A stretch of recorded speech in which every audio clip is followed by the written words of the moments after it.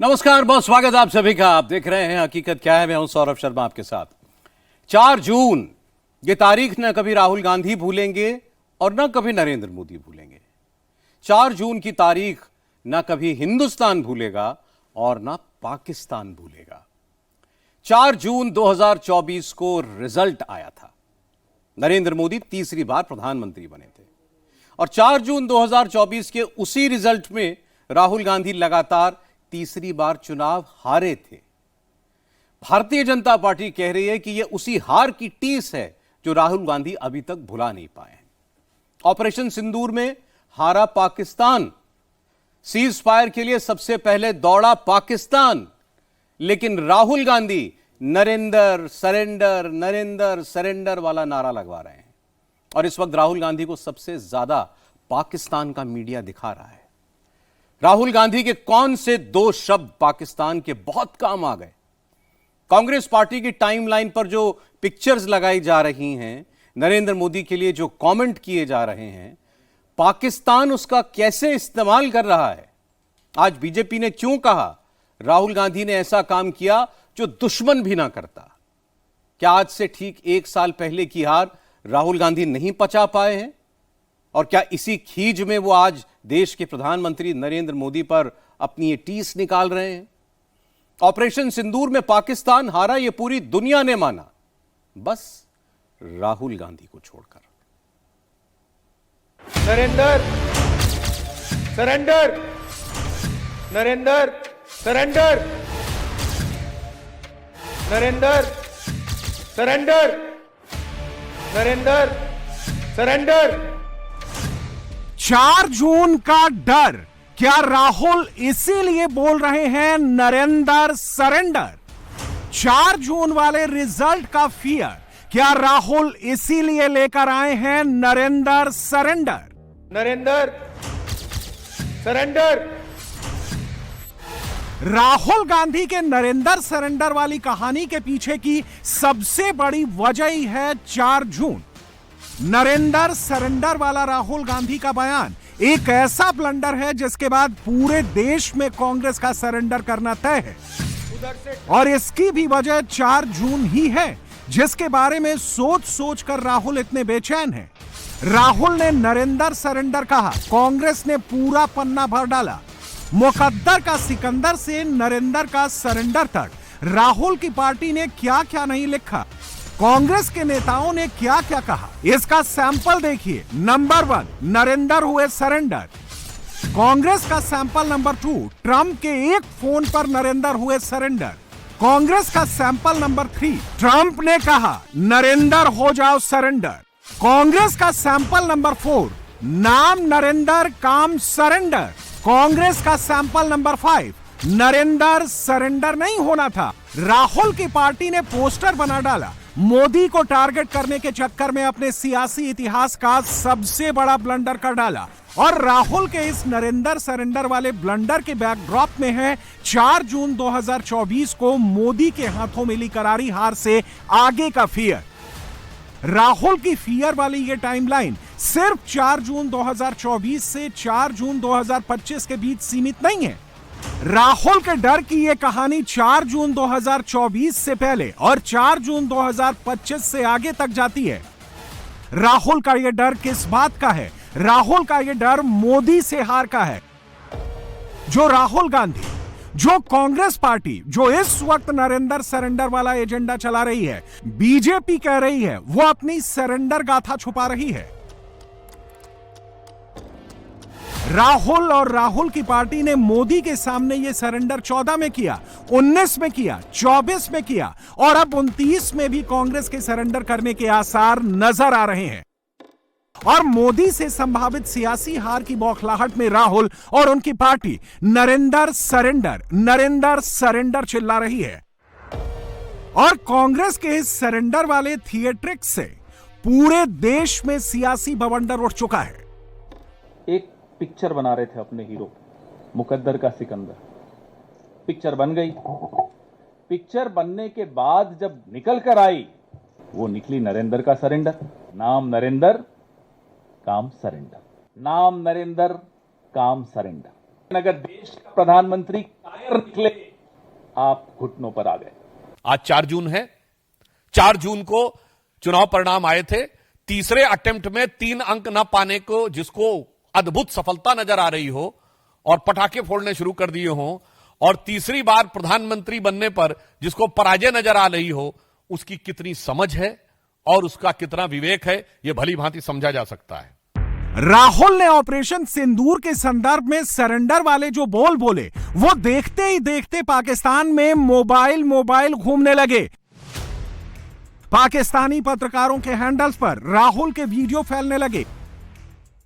1, 2, 3, 4, 5 Pakistani channel पर राहुल की तस्वीर के साथ राहुल के सरेंडर वाले बयान के साथ आधे घंटे के शोज बनने लगे।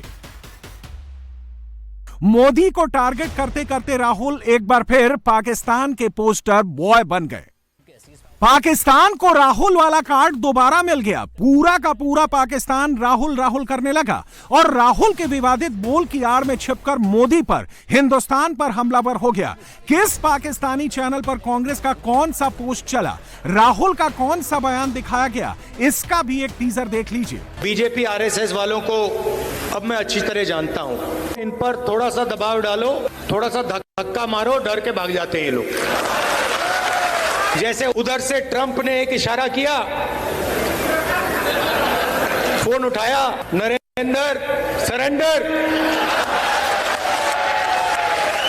और जी हजूर करके नरेंद्र मोदी जी ने ट्रंप के इशारे का पालन किया। भारत में ऑपोजिशन सवाल पे सवाल उठा रही है कि मोदी जी ये क्या हुआ। मोदी जी कह दें कि ये झूठ है। मोदी जी एक दफा इकरार कर लें कि ये झूठ है। मोदी अपनी कुर्बानी दें, हकीकत को तस्लीम करें और इस जंग में नाकामी की जिम्मेदारी कबूल करके घर चले जाएं। ये नरेंद्र नहीं सरेंडर है। कांग्रेस रहनुमा राहुल गांधी का भारतीय वज़ीर-ए-आज़म पर तंज का बीजेपी और आरएसएस को अच्छी तरह जानता हूं। ये हल्का सा दबाव भी बर्दाश्त नहीं कर सकते। ट्रंप के कॉल पर मोदी ने सरेंडर कर दिया। सोचिए, नरेंद्र सरेंडर वाला पोस्टर कांग्रेस ने बनाया, नरेंद्र सरेंडर वाला बयान राहुल ने हिंदुस्तान में खड़े होकर दिया, लेकिन राहुल के इस बयान का फायदा पाकिस्तान ने उठाया। कांग्रेस का पोस्टर, राहुल का वीडियो पाकिस्तान ने अपने मुल्क में दिखाया। कांग्रेस का जो इकोसिस्टम अभी भी पाकिस्तान को मोदी के खिलाफ दाना पानी दे रहा है, 4 जून को भी राहुल का वही टेप बजा रहा है, वही टेप दिखा रहा है। अचानक फोन आता है ट्रंप साहब का, जैसा भी आपने राहुल जी को सुना। बोला जाता है, नरेंद्र जी सरेंडर कर लीजिए। भाई साहब जो हैं मिमियाते हुए सरेंडर कर गए। ऐसा नाकारा विदेश मंत्री, भाई आप हो सकते हैं पराजय शंकर, ये देश कभी पराजित नहीं हो सकता। भले ही इसका विदेश मंत्री पराजय शंकर हो, भले ही प्रधानमंत्री कायर हो, ये देश ऐसे लोगों को फिर से बैरक में भेजना जानता है। हिंदुस्तान के भीतर कांग्रेस के नरेंद्र सरेंडर वाले ब्लंडर ने अब सियासी बवंडर का रूप ले लिया है। बीजेपी की टॉप लीडरशिप ने बताना शुरू कर दिया है कि सरेंडर किसने किया, कब किया, कैसे किया। 1971 में 93,000 प्रिजनर ऑफ वॉर थे, फिर भी पीओके क्यों सरेंडर कर दिया? छंब का 160 किलोमीटर का एरिया जीता हुआ क्यों सरेंडर कर दिया? 13,000 किलोमीटर पाकिस्तान के पंजाब और सिंध का जीता हुआ क्यों सरेंडर कर दिया? 54 हमारे सैनिकों को वापस नहीं लिया, उन्हें क्यों सरेंडर कर दिया? 1965 में जीता हुआ हाजी पीर का दर्रा सरेंडर कर दिया। लाहौर से 20 किलोमीटर दूर तक सेना पहुंच गई थी, वो सरेंडर कर दिया। 62 में तो क्या क्या सरेंडर कर दिया। 19 नवंबर 1962 को जवाहरलाल नेहरू का कैनेडी को लिखा गया लेटर है, जिसमें उन्होंने सीधे कहा है कि अमेरिका आकर अमेरिकन पायलट्स हमारी एयरफोर्स को संभाले, जो 2010 में डिक्लासिफाइड हुआ है कैनेडी लाइब्रेरी के द्वारा। 1960 में सिंधु का 80% पानी सरेंडर कर दिया। 1948 में आपने कश्मीर का एक हिस्सा सरेंडर कर दिया। 1947 में मुस्लिम लीग के आगे 1/3 सरेंडर कर दिया। तो राहुल गांधी जी, आपकी पार्टी और आपके खानदान के कारनामे आजाद हिंदुस्तान के कैलेंडरों में सरेंडर से भरे पड़े हैं। जो बात कहने की हिम्मत मसूद और हाफिज जैसा आतंकवादी नहीं जुटा पाया, मुनीर और शहबाज नहीं जुटा पाया, वो बात तब राहुल कहने लगे हैं। बीजेपी का सीधा आरोप है कि क्या राहुल इन दिनों पाकिस्तान की तरफ से बैटिंग कर रहे हैं। सरेंडर से तुलना करना दर्शाता है कि यह मानसिकता कितनी रोगी और कितनी खतरनाक हो चुकी है। मुझे इस बात पे आश्चर्य हो रहा है कि अभी तक कांग्रेस के नेता पाकिस्तानी मीडिया में सुर्खियां बटोरने में लगे हुए थे, पाकिस्तानी संसद में उनके बयान कोट किए जा रहे थे। राहुल गांधी जी का नाम तो और बयान तो भारत के विरुद्ध पाकिस्तान अपने डोजियर में यूज कर चुका है, परंतु पहली बार राहुल गांधी जी ने ऐसा बयान दिया है जो पाकिस्तान के सेना प्रमुख ने भी नहीं बोला, पाकिस्तान के किसी आतंकी संगठन ने भी नहीं बोला, मौलाना मसूद अजहर ने भी नहीं बोला और हाफिज सईद ने भी नहीं बोला। अभी तक तो आप पाकिस्तान के लोगों को, पाकिस्तानी सेना और पाकिस्तान के आतंकी संगठनों को कवर फायर देते थे, अब उनके सिरमौर भरने की कोशिश कर रहे हैं। एक हिंदी में कहावत होती है, नया मुल्ला प्याज ज्यादा खाता है, मगर यहां गैर मुल्ला इस कदर प्याज खाने में लगा हुआ है कि उसे लग ही नहीं रहा है कि यह देश के स्वाभिमान और सेना के शौर्य और सेना का कितना भीषण अपमान कर रहा है। मैं पूछना चाहता हूं राहुल गांधी जी से कि शहबाज शरीफ और आसिफ मुनीर के इकबालिया बयान के बाद भी अगर आपको समझ में नहीं आ रहा है तो आपको क्या कहा जाए? राहुल शरीफ कहा जाए या राहुल मुनीर कहा जाए? क्योंकि आप तो मुनीर और शरीफ से भी ज्यादा बड़े पाकिस्तान के पक्ष में तकरीर देने वाले नजर आ रहे हैं। अब सवाल है कि राहुल जो कह रहे हैं कि नरेंद्र मोदी ने सरेंडर कर दिया, वो किस आधार पर कह रहे हैं? राहुल गांधी के कांग्रेस पार्टी के सूत्र कौन हैं? क्या वो सूत्र हिंदुस्तान के चीफ ऑफ डिफेंस स्टाफ से बड़े हैं? क्या वो सूत्र इंडियन एयरफोर्स के chief air chief marshal Amarpreet Singh से बड़े हैं? वो कौन है जिसने राहुल गांधी को बता दिया कि हिंदुस्तान ने पाकिस्तान के सामने सरेंडर कर दिया? राहुल गांधी कहेंगे उनका सूत्र है अमेरिका का राष्ट्रपति। राहुल कहेंगे हिंदुस्तान ने सरेंडर कर दिया। ये मैंने नहीं कहा, ट्रंप ने कहा। हां, ट्रंप ने कहा, 11 बार कहा। कहा तो मोदी ने भी कि पाकिस्तान गिड़गिड़ाते हुए सीज फायर के लिए हिंदुस्तान के पास दौड़ता आया। 8 घंटे में ही पाकिस्तान ने सरेंडर कर डाला। हमारी सेना ने ऐसा पराक्रम किया कि पाकिस्तानी सेना को गिड़गिड़ाकर युद्ध रोकने की मांग करने पर मजबूर होना पड़ा। लेकिन राहुल और कांग्रेस को मोदी की बातों पर भरोसा नहीं है। वो तो ट्रंप के आसरे बैठी है। कांग्रेस अपनी टाइमलाइन पर डेट के साथ ट्रंप के वीडियो ही घुमाए जा रही है। अगर यही राहुल के सोचने समझने का पैमाना है तो कुछ दिन पहले ट्रंप ने एक कॉन्स्पिरेसी थ्योरी ट्रूथ सोशल पर पोस्ट की थी। कहा था कि जो बाइडेन की मौत तो साल 2020 में ही हो गई थी, लेकिन बाइडेन तो पूरी तरह सही सलामत हैं। कुछ घंटे पहले ही बाइडेन ने अपनी पत्नी को बर्थडे विश भी किया है। तो क्या राहुल ये बता सकते हैं कि ये पोस्ट जो बाइडेन ने नहीं, किसी रोबोट ने किया? अमेरिका के राष्ट्रपति ने 31 मई को एक और ट्वीट किया है जिसमें उन्होंने कहा है कि Joe Biden was killed in 2020 और जो 4 साल तक अमेरिका के राष्ट्रपति थे, he was a robot clone. तो राहुल गांधी इस पे भरोसा करते हैं नहीं? मुझे लगता है इस पे बता दे तो बेटर रहेगा। राहुल और उनकी पार्टी नरेंद्र सरेंडर वाला जाल बिछाकर मोदी को फंसाना चाह रही है। मोदी को कमजोर बताकर सियासी मुनाफा कमाना चाह रही है। मगर राहुल और उनकी पार्टी अब खुद ही अपने बिछाए जाल में फंस गई है, क्योंकि कांग्रेस की सरेंडर वाली हिस्ट्री के पन्ने अब बीजेपी ने खोलने शुरू कर दिए हैं। निशिकांत दुबे ने पूरी लिस्ट जारी कर दी है। निशिकांत दुबे ने दस्तावेजों के साथ, सबूतों के साथ जनवरी 1963 के सरेंडर का सच बताया है। 1984 के ऑपरेशन ब्लू स्टार में तत्कालीन इंदिरा सरकार ने कैसे ब्रिटिश सरकार की मदद ली, कैसे सरेंडर किया, यह भी बताया है। यानी राहुल मोदी के खिलाफ सरेंडर वाला जो दांव खेलने चले थे, अब वो खुद ही उस दांव के पेच में फंस चुके हैं।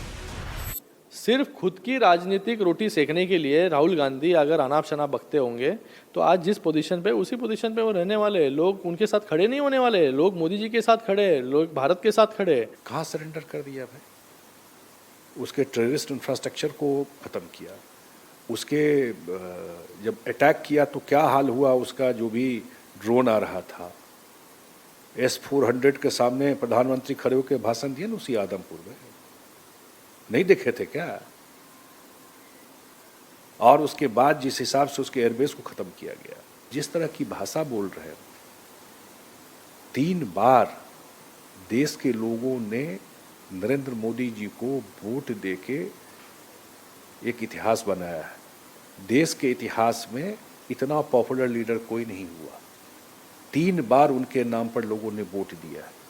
3rd टर्म अगर कांग्रेस का शुरू के दौर में था तो कोई विपक्ष नहीं था उस समय,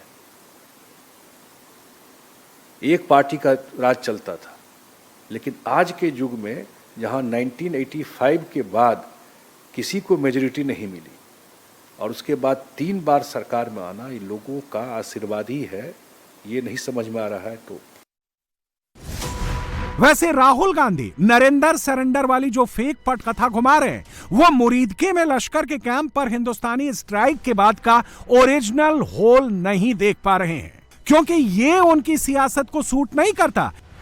ठीक इसी तरह राहुल और उनकी पार्टी को बहावलपुर में जैश-ए-मोहम्मद के अड्डे की तबाही की ये तस्वीरें भी नजर नहीं आ रही हैं। खुद पाकिस्तानी कैमरे पर आकर बता रहे हैं कि हिंदुस्तान की स्ट्राइक ने मसूद अजहर से सब कुछ छीन लिया। ब्रह्मोस ने मसूद के अड्डे को तहस नहस कर दिया। ये फर्स्ट टाइम ये आप मनाजिर आप देखेंगे कि अंदर से कितना ज़्यादा नुकसान हुआ है। ये देखें कि पूरी की पूरी बिल्डिंग इंतहाई बुरे तरीके से हिल चुकी है।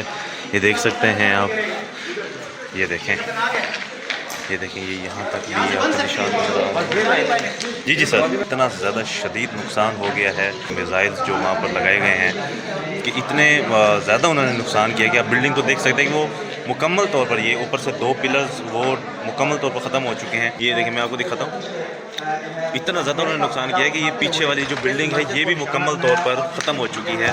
वो देखें बहुत ज़्यादा उसके दरारें आ चुकी हैं, मतलब कि पूरी की पूरी बिल्डिंग हिली है। मोदी के ऑपरेशन सिंदूर और इंडियन आर्म्ड फोर्सेस के अचूक निशाने के बाद पाकिस्तान और पाकिस्तान के आतंकियों ने कैसे सरेंडर किया है, इसका एक सबूत ये तस्वीरें भी हैं। जैश-ए-मोहम्मद के सरगना मसूद अजहर के कई जानने वाले और आतंकियों की कम से कम 21 कब्र साफ साफ इस तस्वीर में दिखाई दे रही हैं। और दूसरी तस्वीर में जो तारीख लिखी हुई है वो तारीख 7 मई 2025 है। हिंदुस्तान ने पाकिस्तान के सिर्फ एयरबेस नहीं उड़ाए, पाकिस्तान को पूरी तरह तहस नहस कर दिया। और यह भी खुद पाकिस्तान ही कह रहा है, नुकसान की डिटेल खुद पाकिस्तानी ही दे रहे हैं। ऑब्वियसली जो इंसान का स्ट्रेंथ होती है, इंसान उसी के ऊपर खेलता है। इंडिया की स्ट्रेंथ ये है कि जी हमारा आउटकम क्या है। देखें, इंडिया को ये एडवांटेज तो है कि इंडिया ने पाकिस्तान के अंदर हमला किया और पाकिस्तान के मुख्तलिफ शहरों पे हमला किया। You are getting my point. ये इंडिया को है एडवांटेज और बड़ा हाई एडवांटेज है इंडिया को, याद रखें। ये इंडिया को बहुत हाई किस्म का एडवांटेज है कि इंडिया ने पाकिस्तान के अंदर घुस के जो मारा है वो, और बहुत सारे शहरों में मारा है, 1-2 शहरों में नहीं मारा उन्होंने। समझ रहे हैं बात? ये उनको एडवांटेज है और वो इस एडवांटेज के ऊपर खेल रहे हैं।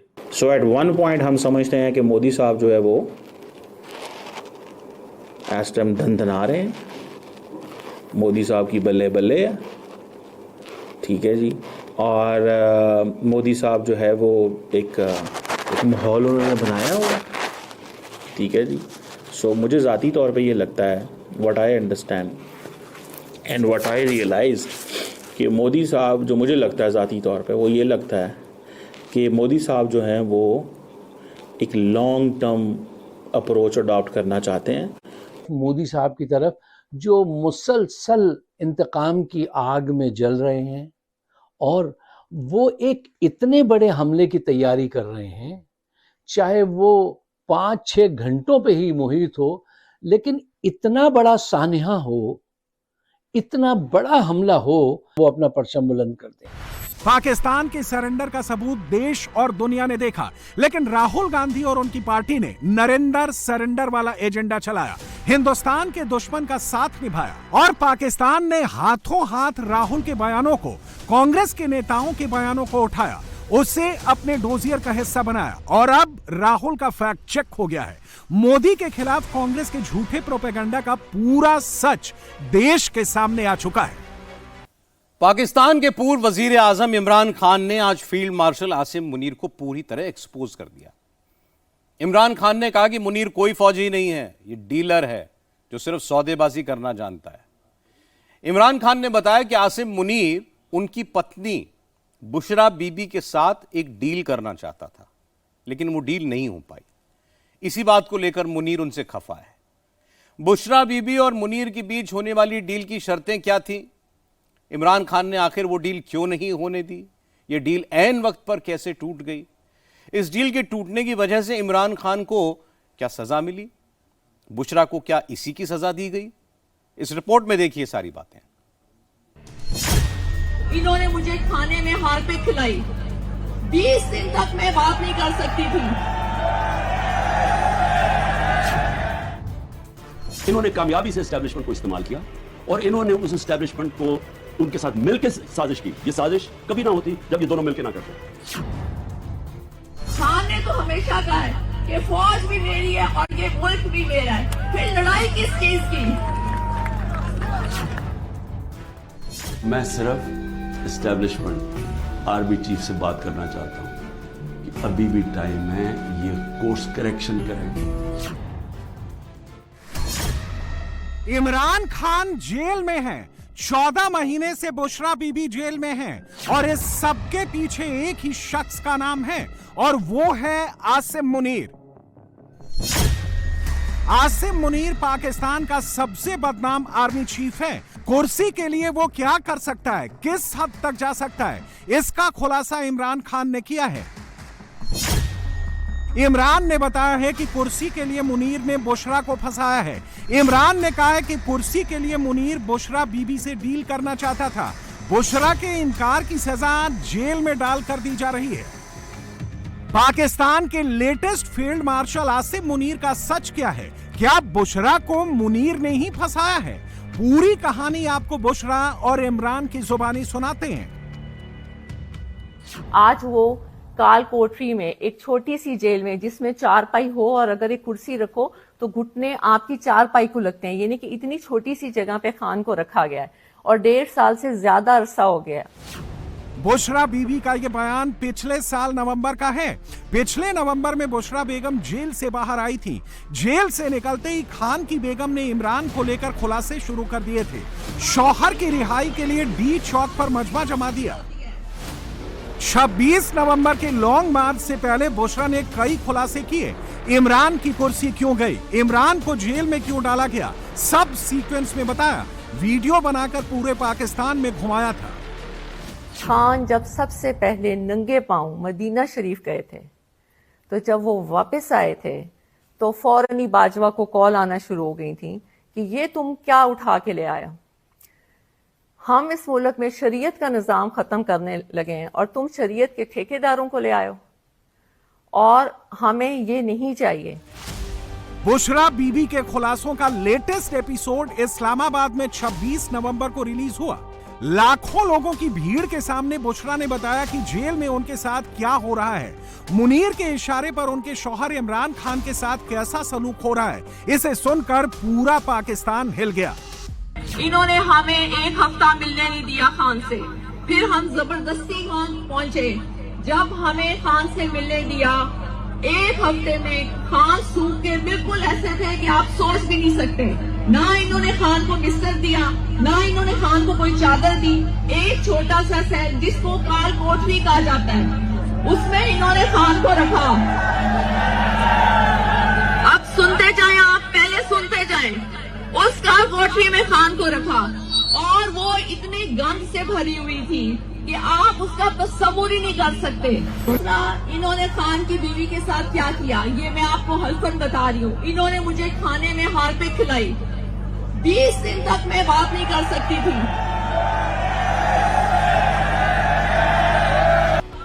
बुशरा ने सीधे नाम नहीं लिया, लेकिन आवाम को खुलकर बताया कि इसके पीछे एक ही शख्स है और उसका नाम है आर्मी चीफ आसिम मुनीर। खान एक शाहीन है जिसकी परवाज हमेशा ऊंची होती है, और खान के साथ जितने गिद्ध थे वो सब झड़ गए। आपको खुद पता होगा कि गिद्ध और शाहीन में क्या फर्क होता है। शाहीन की परवाज ऊंची होती है, वो ताजा खुराक खाता है और जो उसकी जरूरत नहीं होती उसको फेंक देता है, और गिद्ध हमेशा शाहीन के मुताबिक परवाज करने की कोशिश करता है और परवाज करता भी है, लेकिन जहां उसको मुर्दार नजर आता है वो वहीं पे गिर जाता है। खान ने तो हमेशा कहा है कि फौज भी मेरी है और ये मुल्क भी मेरा है, फिर लड़ाई किस चीज की। बुशरा के खुलासों से सियासत हिलने लगी, मुनीर की कुर्सी डोलने लगी, तो किसी दूसरे केस के नाम पर इमरान की बेगम को फिर से जेल में ठूस दिया गया। पाक फौज के बदनाम चीफ आसिम मुनीर की बुशरा से क्या दुश्मनी थी, बुशरा को केस में कैसे फंसाया गया, सब सीक्वेंस में जान लीजिए, आपको मुनीर का डर्टी सीक्रेट समझ में आ जाएगा। अक्टूबर 2018 में आसिम मुनीर को आईएसआई का डीजी बनाया गया। जून 2019 में मुनीर को आईएसआई डीजी के पद से हटा दिया गया। उनकी जगह फैज हमीद को आईएसआई की कमान दे दी गई। आसिम मुनीर आईएसआई चीफ की कुर्सी पर 8 महीने तक रहा। इस 8 महीने में ही मुनीर ने तय कर लिया था कि वो अगला आर्मी चीफ बनेगा और इसके स्क्रिप्ट पर काम करना भी शुरू कर दिया था। मुल्ला मुनीर आईएसआई चीफ रहते हुए बुशरा बीबी की जासूसी करा रहा था। इमरान के परिवार के हर मूवमेंट पर नजर रखे हुए था। मुनीर के इस जासूसी कांड का खुलासा बुशरा बीबी की लीक हुई ऑडियो क्लिप से हो चुका है। आईएसआई चीफ रहते हुए मुनीर ने क्या किया, सबको पता लग चुका है। ये जो तोशा खाने से चीजें आई थी, आपने अनवर को कहा था कि इनकी तस्वीरें खींच के भेजो मुझे? नहीं, मैंने तो नहीं कहा। तो क्यों खींची थी इसकी तस्वीरें? घर के अंदर जो चीज आती है उसकी तो तस्वीरें नहीं खींचते, जो घर से बाहर जाते हैं उनकी तस्वीरें खींचनी चाहिए। सिर्फ ये था कि मेरे पास आ रही है, उसकी क्यों तस्वीरें खींची जा रही? नहीं, मैंने नहीं कहा था बीबी, मैंने नहीं कहा था। इनाम ने कहा और मैंने उसको भेज दी।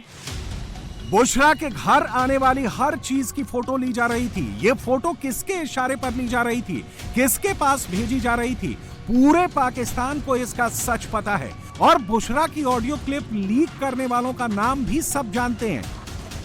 किसने कहा था तस्वीरें खींच? किसने? क्यों? कौन? क्या सबूत? घर के अंदर आने वाली किसी चीज की तस्वीर नहीं खींचते, क्योंकि वो मेरे पास आ रही थी। घर से जो बाहर जाती हैं उनकी खींचनी चाहिए। घर के अंदर जो चीज आ रही है उसकी कौन तस्वीर खींचता है? किस चीज का प्रूफ?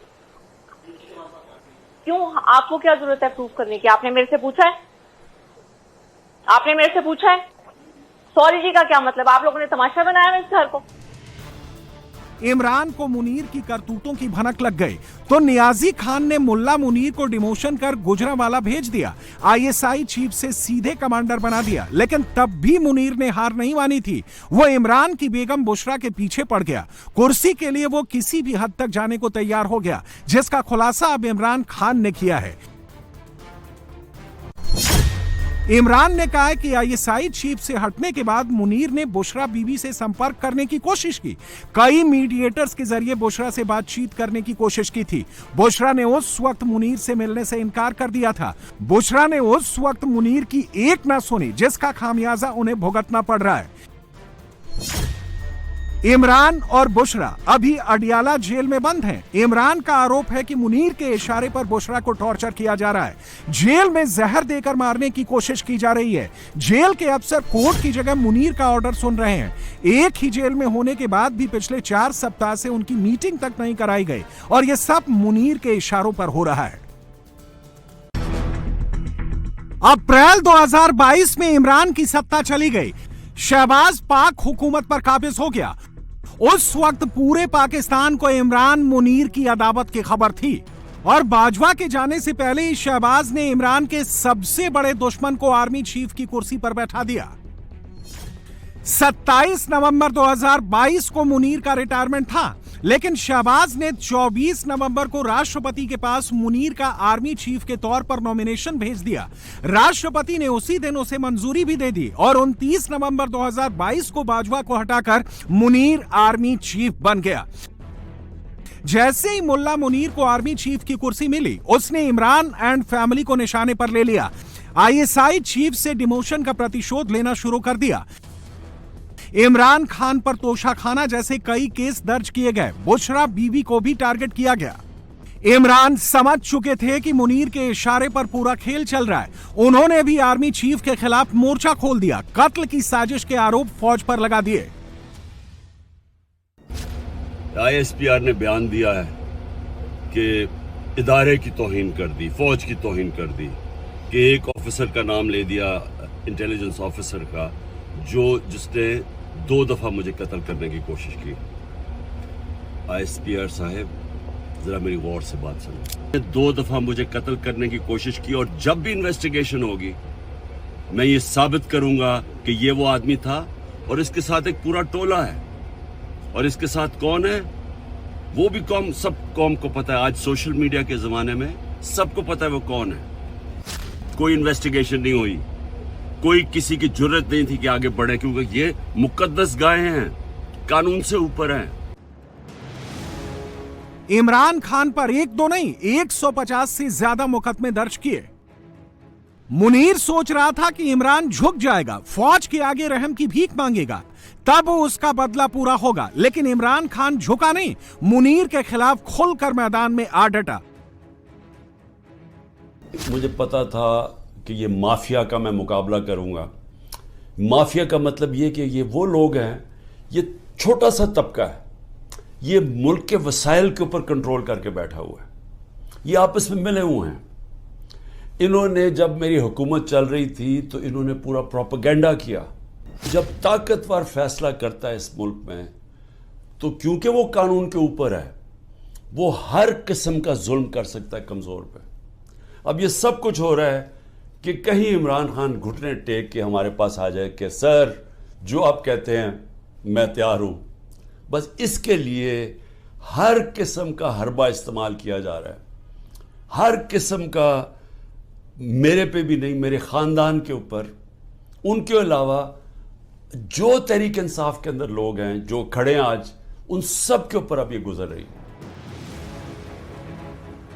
9 मई 2023 को इमरान की गिरफ्तारी से पहले पाकिस्तान सुलग उठा। पाक फौज के ऑफिस फूंक दिए गए। इसका आरोप मुनीर की आर्मी ने इमरान पर लगाया। लेकिन सच बात यह है कि इससे फायदा मुनीर को ही ज्यादा हुआ। इमरान पर मुकदमों की संख्या और ज्यादा बढ़ गई। तो सवाल मेरा यह है कि फायदा किसको हुआ? फायदा हुआ ये जो सारे मनी लॉन्ड्रर्स, ये 30 साल से जो मुल्क को लूट रहे हैं, जिनके पैसे बाहर पड़े हैं, जो कि अरबों खरबोपति बन गए जबकि मुल्क मखरूज हो गया है, ये सारे जो आज ऊपर बैठे हुए हैं, इनको फायदा हुआ है। और इनको फायदा किसने करवाया? मुल्क की एस्टैब्लिशमेंट ने। और इन्होंने कामयाबी से एस्टैब्लिशमेंट को इस्तेमाल किया और इन्होंने उस एस्टैब्लिशमेंट को उनके साथ मिलकर साजिश की। ये साजिश कभी ना होती जब ये दोनों मिलकर ना करते। इमरान के जाते ही पाकिस्तान की हुकूमत मुनीर के इशारों पर नाचने लगी। मुनीर अपने हिसाब से मुल्क चलाने लगा। इमरान के लिए फांसी का फंदा तैयार करने लगा। इमरान को तब अच्छे से समझ में आ गया कि इस पूरे खेल के पीछे शहबाज का नहीं, मुनीर का माइंड है। मैं सिर्फ एस्टैब्लिशमेंट आर्मी चीफ से बात करना चाहता हूं कि अभी भी टाइम है, ये कोर्स करेक्शन करें। ये मुल्क जिस तरफ जा रहा है, ये आप भी नहीं, कोई नहीं कंट्रोल कर सकेगा।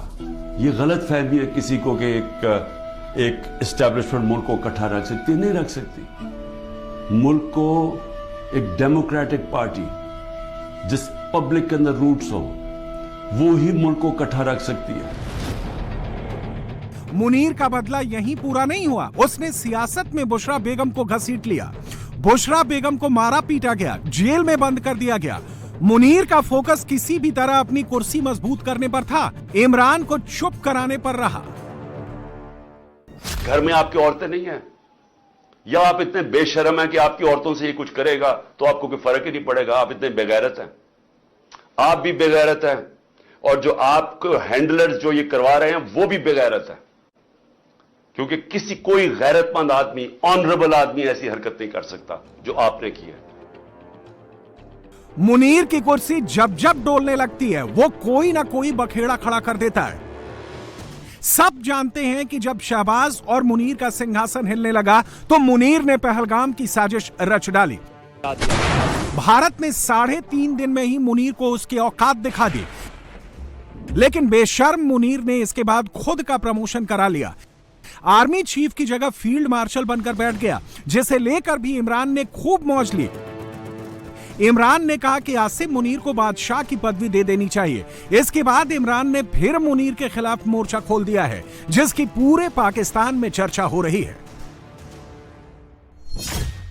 जो बात उन्होंने कल जेल से की है वो यकीनन इस वक्त इक़्तिदार के ऐवानों में और इस्टेब्लिशमेंट की गलियों में आग लगाने से के मुतरादिफ है। एक चीज़ तो ये है कि खान साहब जो इस वक्त इतने गुस्से में भरे हुए हैं, इसकी एक वजह ये है कि उनको अपने लोग भी मिलकर और दूसरे तो खैर हैं ही हैं इस्टेब्लिशमेंट वाले, वो सरनगू करना चाहते हैं, उनको मनवाना चाहते हैं अपनी बातों के ऊपर, ताकि उनको जेल से बाहर निकाला जाए।